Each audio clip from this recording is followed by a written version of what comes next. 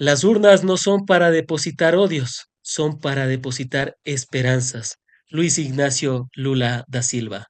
A continuación le damos la cordial bienvenida a Juan Pablo Villacreces, analista político, comunicador social. ¿Cómo estás, Juan Pablo? Qué gusto tenerte en este bellísimo canal. Hola, ¿qué tal? Buenos días. Muchas gracias, mi estimado Fran, a la audiencia de retrospectiva. Pues un abrazo grandote desde la Amazonía ecuatoriana.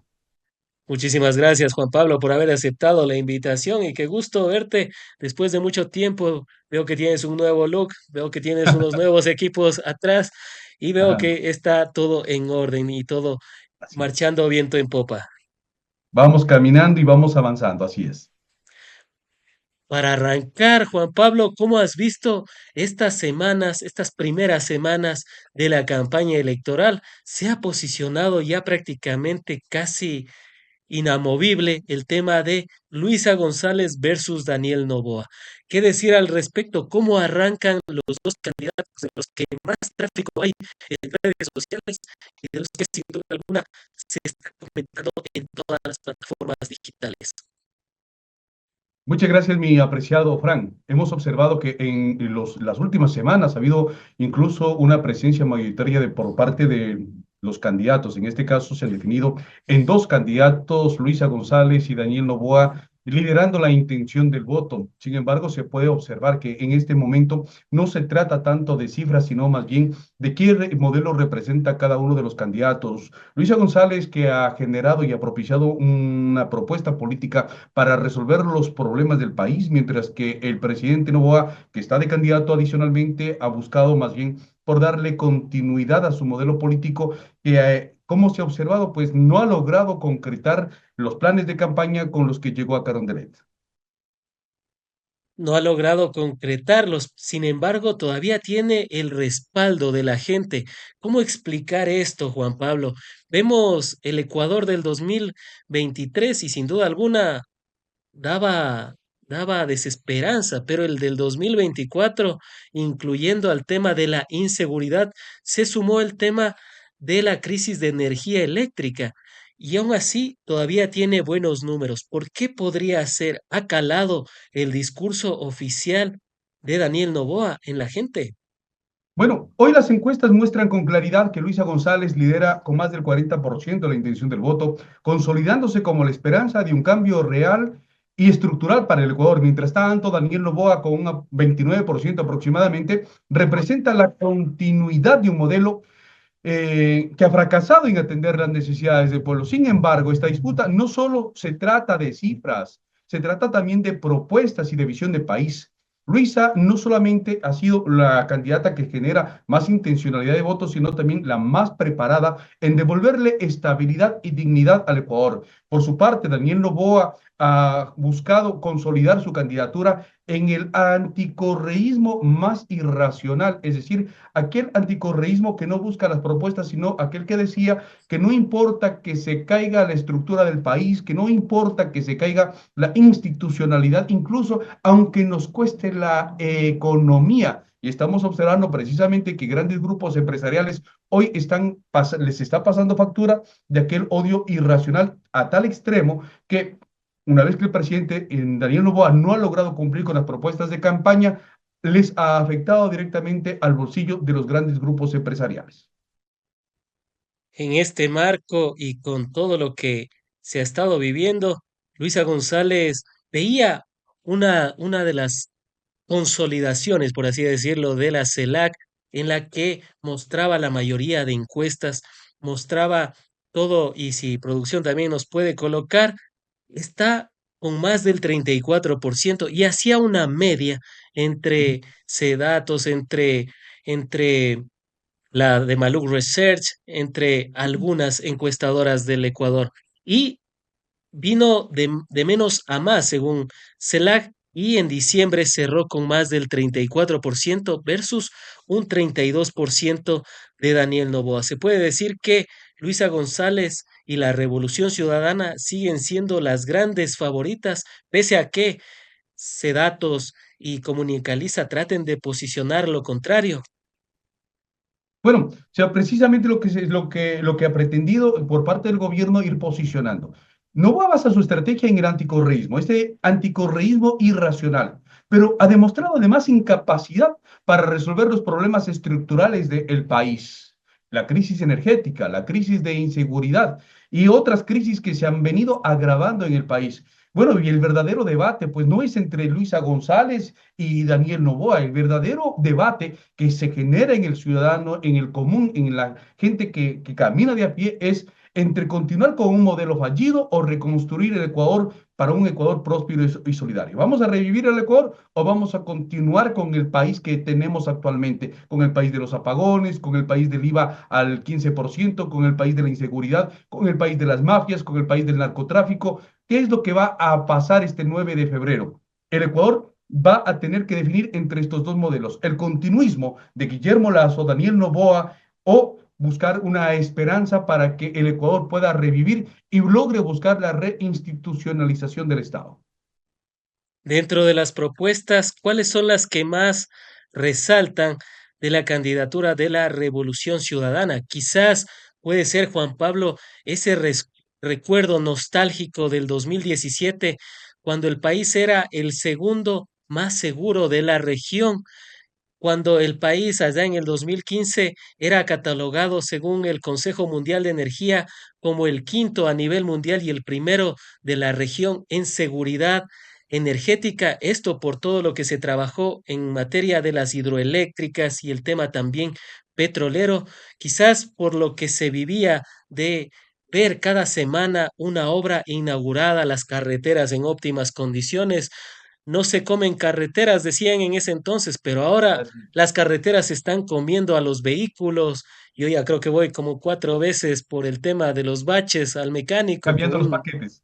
Exactamente. Entonces quizás es eso el recuerdo nostálgico que se le está posicionando también, ni siquiera solo a los correístas, sino a ese otro porcentaje que dice, bueno, la plena, pues en ese momento y en ese instante teníamos un país que funcionaba.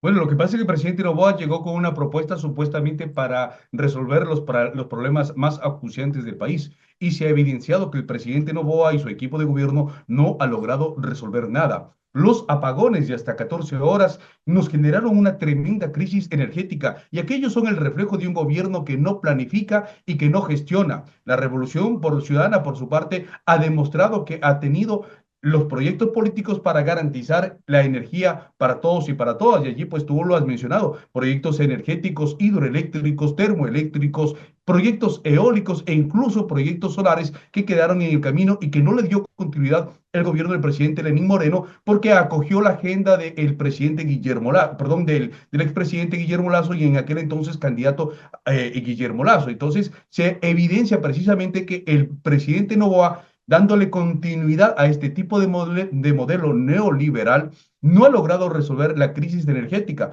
Pero además, un factor fundamental para los ciudadanos es el tema económico. Hay un estancamiento económico y la pobreza que está viviendo el país es producto de las políticas que priorizan el pago a los acreedores internacionales y los acuerdos con el Fondo Monetario Internacional por sobre el bienestar de los ciudadanos. Ahora el ecuatoriano se da cuenta que requieren de un modelo que priorice, que ponga a la gente en el centro de atención y no a los acreedores internacionales. Y esto se ve agravado por la crisis de inseguridad. El Estado no logra recuperar el control de las fronteras, los puertos y las instituciones de seguridad. No se puede permitir que el crimen organizado gobierne donde el Estado se encuentra ausente. Y es lo que se observa permanentemente en el país. Hace pocos días atrás, el asesinato de un alcalde en Arenillas. Y estamos observando que es en los centros económicos donde en alguna forma se va moviendo la economía para las ventas internacionales del país. ¿Qué está pasando en el Ecuador? El Estado ecuatoriano, como estructura, el gobierno nacional no ha logrado garantizar la seguridad de los ecuatorianos. Y creo que los ecuatorianos este 9 de febrero pues ya se sienten cansados de que no se haya cumplido con las promesas de campaña y precisamente buscan un modelo que logre revivir al Ecuador y que no genere continuidad en el modelo y en el fracaso, en el experimento que ha significado el presidente Daniel Noboa. Vamos a la segunda parte. Antes de ello, muchísimas gracias a todas y todos los que están conectadísimos. Tenemos cientos de conectados en YouTube. De verdad, gracias por comentar, por compartir, por suscribirse a En Retrospectiva. Recuerden que aquí comentamos verdades, pero en cantidades industriales y en proporciones monumentales. Continuamos a la segunda parte y Juan Pablo, dentro de todo este proceso, ¿hay espacio para un outsider? ¿Hay espacio para repetir lo de la elección pasada en la que Daniel Noboa, que tenía un 3% de intención de voto, sorpresivamente llegó a la segunda vuelta? ¿Podría ser este el escenario o prácticamente ya está definido los que podrían llegar a la final? Luisa González versus Daniel Noboa. Bueno, en el contexto actual, el Ecuador requiere y exige de un liderazgo, experiencia y un proyecto claro para enfrentar la crisis. Un outsider sin experiencia, sin trayectoria, si no tiene conocimiento de las complejidades que tiene el país, difícilmente podrá dar soluciones. Y estamos observando cómo el presidente Daniel Noboa llegó precisamente por un accidente de la democracia al gobierno nacional y no ha dado respuesta a los problemas más acuciantes del país. Por eso el proyecto político que representa Luisa González se presenta más bien como una opción más sólida con propuestas claras y el respaldo de un equipo que ha estado comprometido con el pueblo ecuatoriano. El Ecuador ya ha vivido los riesgos de improvisar con liderazgo sin preparación. Hoy más que nunca los ecuatorianos requieren de la experiencia, del compromiso, no de experimentos políticos, no de accidentes de la democracia que puedan agravar la situación económica, la crisis de inseguridad, la crisis energética, la crisis económica que vive el país.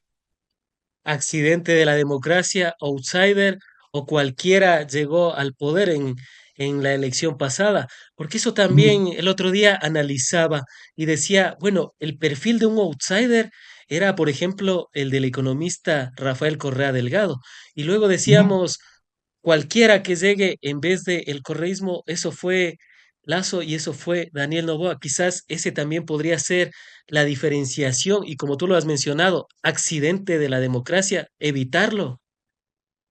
Bueno, es que aunque los outsiders son un fenómeno recurrente en la política ecuatoriana, en este momento se requiere experiencia y no improvisación. Así están las cosas. La crisis actual no se resolverá con discursos vacíos, sino con una visión clara y liderazgo probado, como el que está representando el proyecto político que lo ha manifestado claramente la candidata de la Revolución Ciudadana, Luisa González. Los outsiders muchas veces carecen de un equipo sólido y terminan siendo cooptados por los intereses económicos o políticos. Ecuador necesita un liderazgo que entienda las raíces de los problemas, que tenga el compromiso de resolverlos, no figuras que aparezcan como soluciones mágicas. El Ecuador de hoy no necesita de improvisaciones, sino de soluciones. No hay tiempo para experimentos políticos en este momento trascendental que está viviendo la patria. Y entonces estaríamos diciendo que ninguno de los otros candidatos podría tener un mínimo de probabilidad, tanto los que son del centro a la derecha como Cucalón o del centro a la izquierda como son Leonidas Issa, Pedro Granja, prácticamente tendrían una parte de la votación, pero no les alcanzaría para llegar a una eventual segunda vuelta. Bueno, es que estos candidatos tienen una votación muy marginal y hasta bastante residual. El que un poquito más tendría ahí votación sería Leonidas Issa, con un grupo político, con un proyecto a través del tema de la CONAI y el movimiento indígena, que llevará cerca de un 2-3% de la votación positiva, de la votación efectiva. Pero aquí hay otra cuestión que está preocupando bastante. Es Primero, el desconocimiento de muchos ecuatorianos y segundo, la apatía que algunos tienen. Cerca del 20% hasta la gente no ha decidido todavía por quién votar y hay un grupo del 12% que no quiere votar por nadie, es decir, un 32%. Una tercera parte de la población de los ecuatorianos están desconfiando radicalmente de los políticos y es porque existen ellos de esa desesperanza, la desazón de las promesas incumplidas que se han generado en los últimos gobiernos de manera particular. O sea, que estaríamos hablando que nuevamente van a ser los indecisos los que podrían terminar Así es. decidiendo como ha pasado en las dos últimas votaciones. Nunca antes se había visto tanta indecisión en el Ecuador. Recuerdo en el periodo de la Revolución Ciudadana prácticamente había una convicción, había un proyecto político que daba luces en torno al proyecto del país. Sin embargo, en estas últimas elecciones han sido los indecisos y en esta ocasión, en las elecciones del 2025, no será la excepción. Lo que pasa es que se evidencia que hay mucha desesperanza en el país. Después del gobierno del presidente Lenín Moreno, donde se acrecentó y se agudizó la crisis económica, y luego con el tema del COVID, y luego con las políticas antipopulares por parte del presidente Guillermo Lasso, y luego con las políticas antipopulares, el incremento del IVA del presidente Daniel Noboa para combatir supuestamente la inseguridad. Muchos de los ecuatorianos no le ven esperanza y futuro al país. Estamos hablando de entre ese 20 y 32% de la población. Están viviendo con apatía y muchos de ellos es precisamente porque sus familiares han tenido que migrar y sus familias han visto la desfragmentación de sus hogares precisamente porque ya la familia ha tenido que irse a buscar mejores días quizás en otra patria. Y frente a todo esto, y antes de continuar con la tercera y última parte, amigas y amigos, estamos próximos a lo que va a ser el debate presidencial. Efectivamente, el debate presidencial va a dar lugar este 19 de enero y para ello ya se han hecho lo que es el sorteo de los grupos y para ello, por supuesto, si producción nos puede colocar al fondo para la mejor visualización del debate presidencial que vamos a tener en este 2025. Perfecto, ya lo tenemos. Y en este marco, Juan Pablo, ¿cuál es la expectativa? Sin duda alguna, lo que más ha llamado la atención es que no van a estar Luisa Sí. González junto a Daniel Noboa. Primero partamos por ahí. ¿Qué expectativa hubiese dado en la ciudadanía tener a los dos principales que están actualmente liderando la intención de voto en la ciudadanía?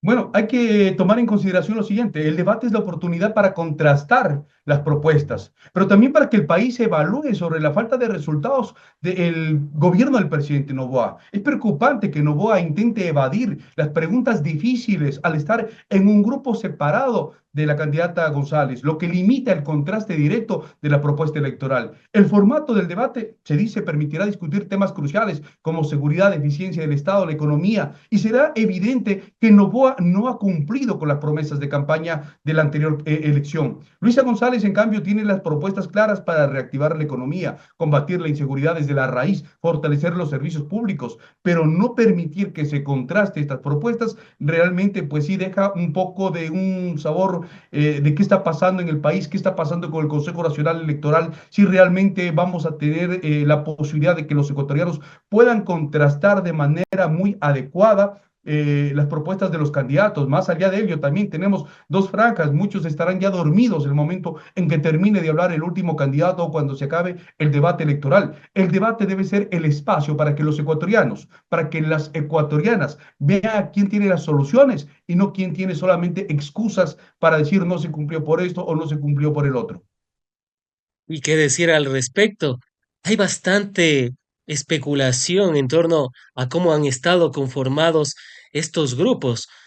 El Sí. primero, y hace poco estuve con Omar Maluk y decía, estadísticamente es poco probable, si no por decirlo imposible, que por ejemplo en el grupo de Daniel Noboa estén del centro a la derecha prácticamente.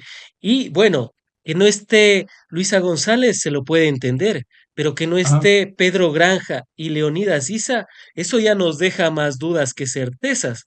De por los tres, supuesto. que ninguno haya estado, se puede confiar en que va a ser un debate, un debate que ha estado marcado en una real distribución de los grupos. Bueno, es que los debates no deben ser solo un show mediático, sino también una oportunidad para que el pueblo compare proyectos y vea quién realmente tiene las propuestas y respuestas que el Ecuador necesita. Bueno, estamos observando ahí entonces que Luisa González no solo lidera en encuestas, sino también en propuestas, pero el debate presidencial es fundamental para abordar estos problemas más urgentes del Ecuador. No tener esta posibilidad de que se contrasten las ideas, las propuestas de los candidatos, nos da ya una panorámica de que el debate en alguna forma no va a tener el contenido necesario, porque además solamente le limitan hasta 90 segundos, 5 segundos para que se presente el candidato, 90 segundos para que exponga una propuesta electoral. Entonces, vemos que el tiempo es bastante limitado. Y en este sentido, hay que ir observando cuál es la propuesta que más encaja en cada una de las actividades. Y ahí hay que observar además las estrategias integrales que tienen que ver en el combate del crimen organizado. que también se refuerce a las Fuerzas Armadas, a la policía, que exista transparencia en el país, que se priorice la inversión social, que exista compromiso con devolverle al Estado la institucionalidad que la ha perdido y la confianza que ya no existe pues en las instituciones públicas.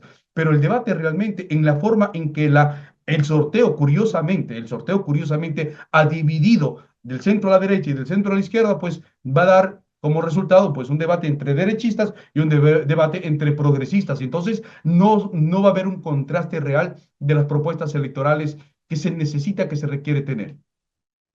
Se podría decir que el Consejo Nacional Electoral, con este debate este sorteo que ha dejado más dudas que certezas, estarían tratando de blindar a Daniel Noboa. Bueno, es que el presidente de la República como candidato tampoco ha pedido licencia y el CNE se ha hecho de la vista gorda. Por el contrario, de una manera muy preocupante, la presidenta del CNE dijo, bueno, si es que él no pide, que tampoco pidan los candidatos asambleístas. Y o sea, aquí no se trata de estirar la norma hasta donde se puede estirarla o de administrar, interpretar la Constitución a como le conviene al poder, sino simplemente de cumplir la ley tal cual lo dice, pues el Código de la Democracia. Y estamos observando que lamentablemente el CNE no se ha puesto, no se ha fajado, no ha puesto las reglas de juego como tienen que ser, y esto podría significar también un peligro para la democracia, siendo máxime que el CNE es la institución que debería garantizar la democracia, la voluntad del pueblo ecuatoriano expresada en las urnas y que al momento pues no está permitiendo algunos candidatos que cumplan con la ley y a otros sí les está exigiendo al máximo. ¿Y qué decir a propósito del Consejo Nacional Electoral? Esta tibieza, por así decirlo, de marcar las reglas del juego. Le escuchaba a Diana Tamainda en estas últimas semanas y claro, es correcto lo que tú manifiestas. Y luego en una entrevista entre Amazonas ella salió a decir que las reglas son claras, la ley, la constitución y el código de la democracia son claros. Y cuando le preguntaron si Daniel Noboa debía o no hacer campaña, ella dijo, en su momento el organismo correspondiente será el que actúe. Y uno se pregunta, bueno, el organismo obviamente es el Tribunal Contencioso Electoral, pero ¿qué decir al respecto? Ni siquiera el árbitro, que en este caso es Diana Tamaint, ni quien debería hacer prevalecer las reglas del juego, que es el Tribunal Contencioso Electoral, han dicho absolutamente nada. O sea, hay querellas, hay algunas impugnaciones que están ahí, pero parece ser que después de la primera vuelta o quizás en la segunda vuelta puedan llegar a efectuarse, o quién sabe después del proceso electoral, ya cuando se ha posicionado un nuevo presidente o una nueva presidenta, recién ahí a actuar. ¿Qué decir al respecto? ¿No debería de ser el rol fundamental del Consejo Nacional Electoral decir y marcar las reglas claras del juego? Hay mucho cálculo político por parte del Consejo Nacional Electoral, se observa, y que la cancha está inclinada a favor del candidato presidente. Desde el inicio de su mandato, Daniel Noboa ha utilizado los recursos de la estructura del Estado para favorecer su imagen, incluso en detrimento del bienestar de los ciudadanos. Vamos a observar, por ejemplo, los mismos pactos que tiene con el Fondo Monetario Internacional, la crisis energética con los apagones, el incumplimiento de las promesas de campaña, reflejan el modelo de un gobierno que prioriza los intereses externos por sobre las necesidades del pueblo ecuatoriano y todo esto a vista y paciencia del Consejo Nacional Electoral. La cancha no está inclinada a favor del pueblo, sino del poder económico, del político que protege a Daniel Noboa. Sin embargo, el pueblo ecuatoriano también ha demostrado en muchas oportunidades que no se deja engañar y exige un cambio real liderado por alguien que realmente entienda y defienda sus intereses. Entonces ahí tendrá que pensarlo muy bien el Consejo Nacional Electoral si le sigue jugando al cálculo político o si definitivamente van a ser los guardianes y los garantes de la democracia en el país. Y dentro de toda esta estructura, ¿se puede garantizar que va a haber unas elecciones limpias, justas y democráticas en el Ecuador, tomando en consideración la cancha inclinada que ha estado hacia el candidato presidente, presidente candidato, que a todas luces es inconstitucional, es ilegal y viola las reglas del juego? Bueno, se ha observado precisamente que Noboa no ha pedido licencia sin remuneración, como exige la Constitución. Está mezclando su rol de presidente con la campaña electoral. Se ha judicializado la política, se bloqueó a la vicepresidenta y hay amenazas a jueces y eso es evidente de una estrategia de carácter autoritario. Los pactos con los organismos internacionales como el Fondo Monetario Internacional muestran a un gobierno más preocupado por cumplir con los acreedores internacionales que por resolver la crisis económica. Y ahí tenemos que preguntarnos cuál es el rol del Consejo Nacional Electoral entonces en su proceso de garantizar la democracia o simplemente está sumiso y subyugado al poder también de estos organismos internacionales y si están recibiendo línea de otro tipo de intereses políticos y económicos.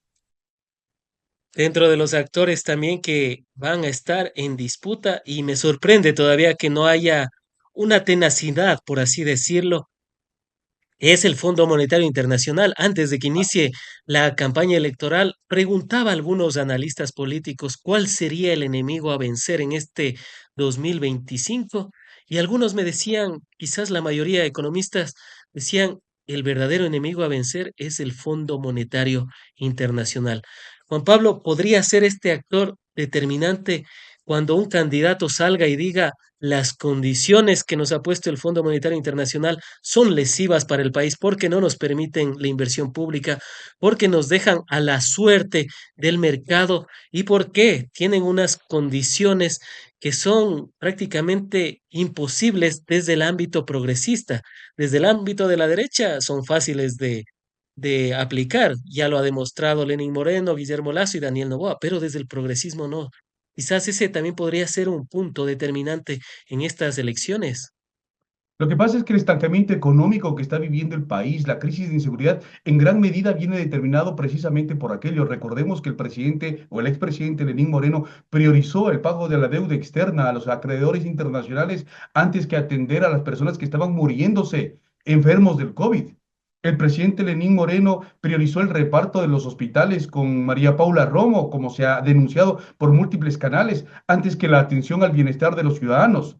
Recordemos entonces también que fue precisamente los canales de comunicación del Fondo Monetario Internacional los que salieron a defender al presidente Lenín Moreno en la crisis de octubre del paro de octubre de 2019 y lo propio en la crisis del paro de junio de 2022 cuando el presidente Guillermo Lasso también acaparó para parte de la atención pública internacional y no positivamente.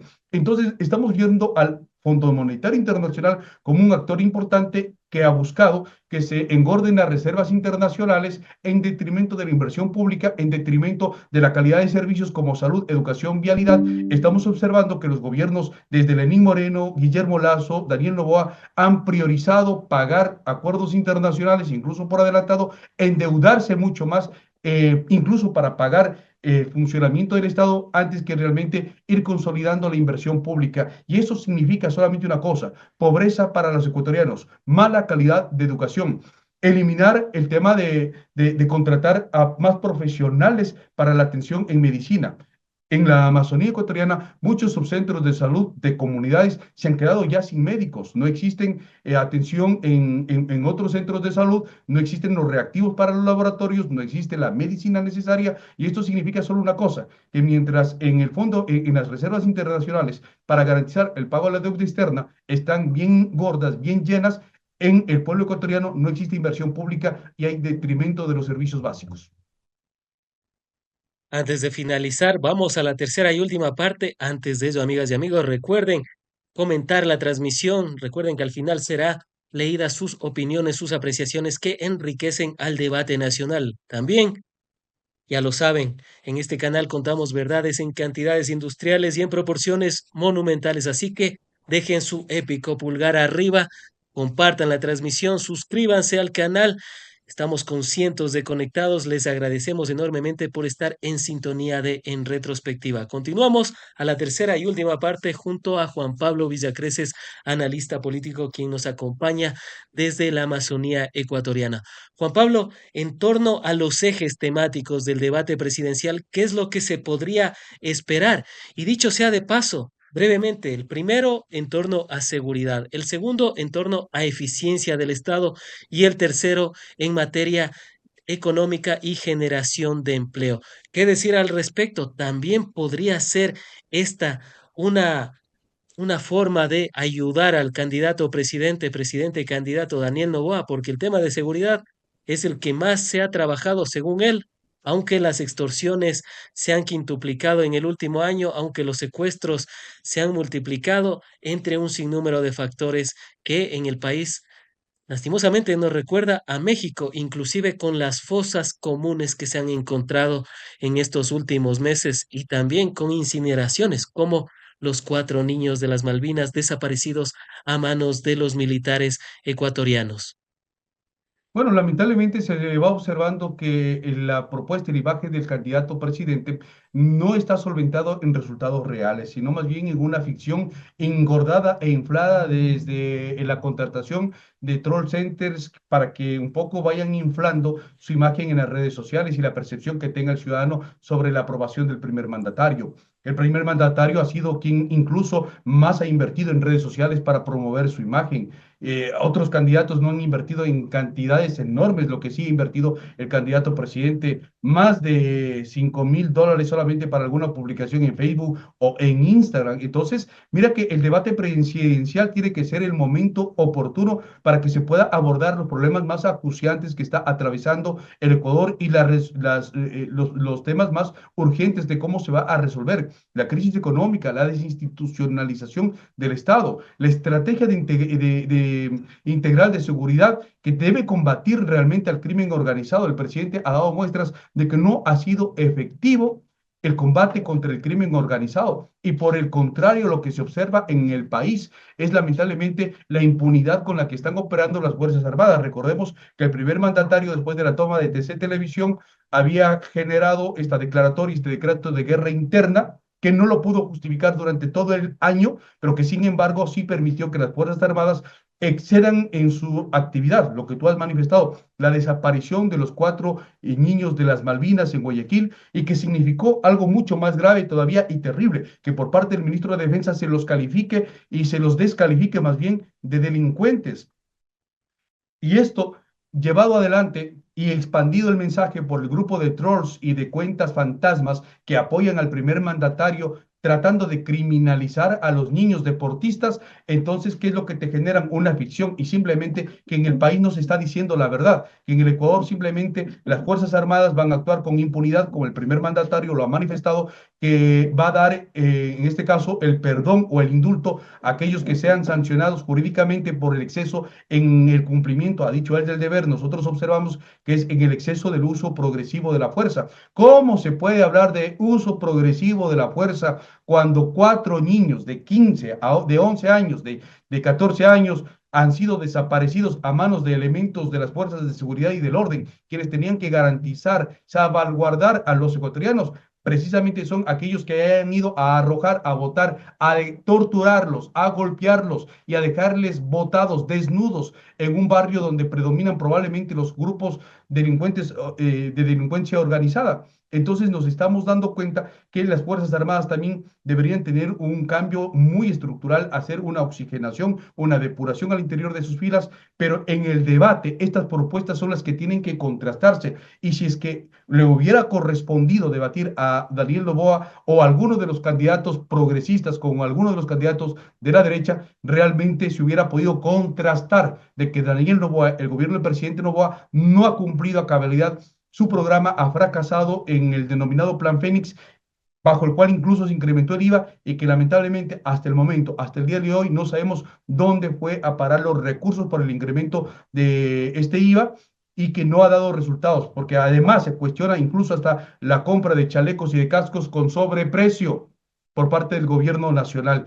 No hay una política de transparencia y en el plan económico tampoco se ha dado resultados, con una crisis energética de hasta 14 horas que la pudimos vivir, que en este momento no hay crisis de electricidad porque están funcionando el tan cuestionado proyecto hidroeléctrico Coca-Cola gracias a que ya está lloviendo también, no porque se haya dado una solución energética real en el país. Entonces, ¿qué estamos padeciendo los ecuatorianos? Que para el próximo año volverán los apagones. Entonces, no ha habido, no ha existido en el país unas soluciones realmente que vayan a fortalecer. Los apagones les significaron pérdidas de millones de dólares a los grupos empresariales. Y hemos escuchado de parte de estos grupos que si es que hay un continuismo en el poder, ellos incluso estarían pensando seriamente en irse a otro país a operar donde sí tengan las condiciones tanto jurídicas como energéticas para poder operar con sus fábricas. Además, en materia de la carga financiera, hace poco tiempo atrás se aprobó la ley del alivio financiero que tampoco está dando resultados porque la gente no tiene plata, no tiene recursos económicos y esto va significando que, una vez más, el problema es más agravante cuando no existe liquidez en la economía de los ecuatorianos y esto sí podría significar un peligro para la dolarización cuando no hay plata en el país, cuando la gente está viviendo prácticamente al día y donde el candidato presidente está más preocupado por hacer campaña electoral con recursos del Estado antes que de responder a las necesidades más acuciantes del país. O sea, hay que buscar un compromiso firme para que se le devuelva la institucionalidad, perdón, del Ecuador, pero si es que en el debate no se logran contrastar las ideas, pues el debate nuevamente quedará como un show mediático y nada más quedará hasta ahí. Y los ciudadanos y ciudadanas que de alguna forma puedan evidenciar, analizar, estudiar, entender y comprender cuál ha sido cada una de las propuestas de campaña, pues Dios mediante llegarán a dar un voto informado y el resto de ciudadanos simplemente se dejará llevar por los TikToks, por las likes o por la campaña mediática que ya pues abruma en las redes sociales. Dentro de las temáticas y dentro de las propuestas de la candidata Luisa González, en el segundo grupo quizás va a estar el tema de la experiencia y menciono esto porque si uno regresa a ver al año 2017 en el tema de seguridad, el país, el Ecuador, era el segundo, el Ujú, tercero más seguro de la región, el ujú. segundo más seguro de la región. Y en materia energética éramos el quinto a nivel mundial y el primero de la región en seguridad energética por el tema de las hidroeléctricas y el tema petrolero que se invirtió durante los 10 años de la Revolución Ciudadana. Quizás esa experiencia va a ser reflejada y va a ser propuesta dentro de las soluciones, tanto en materia de seguridad como en el segundo eje, que es de eficiencia del Estado. Por supuesto. Bueno, vamos a partir de una realidad local y te lo voy a explicar, por ejemplo, acá desde la provincia de Pastaza. Somos la provincia que tiene la frontera más amplia con el Perú. Y no existe un plan, por ejemplo, para evitar el ingreso de incluso de madereros peruanos en el sector. Las Fuerzas Armadas no tienen ni siquiera diésel para poder ir a hacer los patrullajes en las lanchas, en los ríos de la Amazonía ecuatoriana. No tienen el personal necesario. Entonces vamos viendo que se va permeando las fronteras ecuatorianas. Y en materia de seguridad, ¿por dónde entran las armas? ¿Por Las dónde entran las fronteras. armas? Las armas entran por las fronteras, por los puertos. ¿Quién tendría que estar controlando en este momento los puertos? ¿Por dónde sale la droga? Por los puertos. ¿En qué sale? En buques. Entonces, si no se da una atención urgente a estos temas, si las Fuerzas Armadas no buscan el rol de controlar las fronteras, si las Fuerzas Armadas continúan simplemente en los destacamentos militares encerrados, y no se trasladan a la frontera a hacer un verdadero y un efectivo control, sin que esto signifique aplicar la política del yunque y el martillo. Si no se otorga este espacio y el financiamiento necesario para que las Fuerzas Armadas hagan un verdadero control y ataque al crimen organizado, pues no va a pasar nada en el país y por el contrario, las mafias van a continuar tomándose las estructuras del Estado y no solamente a nivel de Fuerzas Armadas, de Policía Nacional, de la justicia, de los fiscales, del político y de los contratos que puedan tener incluso en los gobiernos autónomos descentralizados. Es necesario que se observe y que se evidencie que el Ecuador necesita una política clara en materia de seguridad y muy profunda. Tú lo has dicho, Ecuador era uno de los países que tenía seguridad energética y seguridad en materia de seguridad civil y de la sociedad. Pero lamentablemente todo esto se destrozó con un solo propósito. Se llamó la descorreización y lo dijo claramente uno de sus máximos exponentes, como fue el expresidente Guillermo Lazo. Hay que combatir al correísmo, así nos cueste la economía, y no solo les ha costado o nos ha costado a los ecuatorianos este combate contra el correísmo, la economía, sino también nos ha costado la muerte de muchas vidas de ecuatorianos, nos ha costado la desfragmentación de varias familias, nos ha costado la educación, nos ha costado la atención en servicios públicos como la salud, nos ha costado la atención, la inversión en materia de vialidad, nos ha costado la atención en otro tipo de servicios y estamos viendo que nos ha costado incluso en la tranquilidad de no saber si tú mandas a tus hijos a la escuela y regresan con vida. Si tú mandas a tus hijos a la escuela y lamentablemente no te enterarás al mediodía que lamentablemente fue secuestrado por algún grupo de pandillas de criminales, de grupos de delincuencia organizada y lamentablemente que no se ha dado las condiciones por parte del Estado ecuatoriano para garantizar la seguridad de los ecuatorianos. Y el último eje temático que va a ser economía y generación de empleo, que es lo que podríamos esperar de cara a dicho sea de paso. En estos últimos años no hemos tenido un crecimiento económico constante como teníamos antes. De hecho, en este año vamos a, vamos a decrecer, según el Banco Central del Ecuador, y lo que nos ha proyectado el Banco Mundial, lo que nos ha proyectado el FMI, tampoco avisoran mejores días. ¿Qué es lo que podríamos esperar en en este y último eje temático del debate presidencial?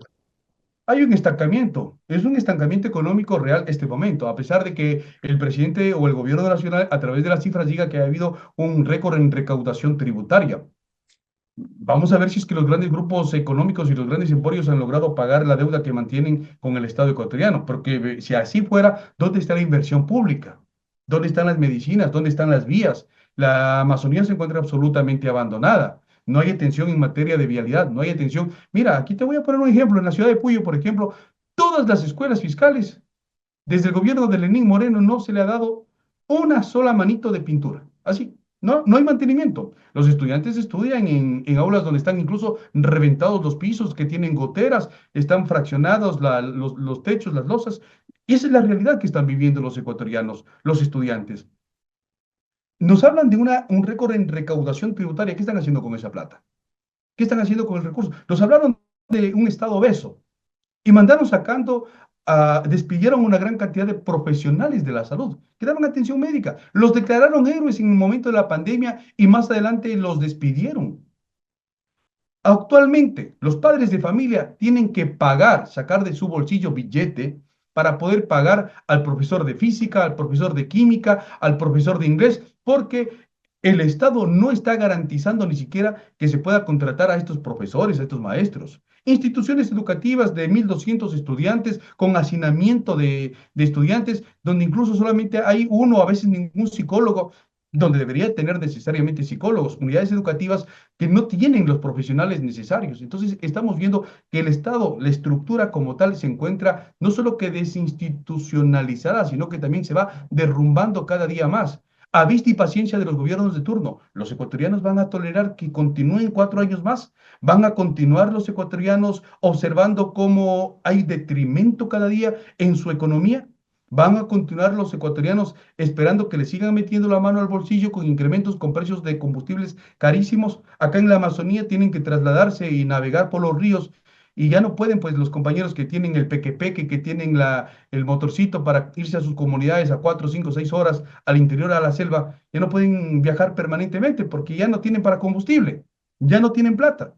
Entonces, eso es lo que está pasando en el Ecuador real. Vamos a observar así en el país entero que la economía se ha estancado y nuevamente han sido nuestros hermanos migrantes los que están sosteniendo la economía y los que en algún momento han logrado respaldar a la dolarización. Porque por parte de los grandes grupos empresariales, de los grandes grupos del poder, lo que hicieron fue sacar los dólares del país hacia el extranjero.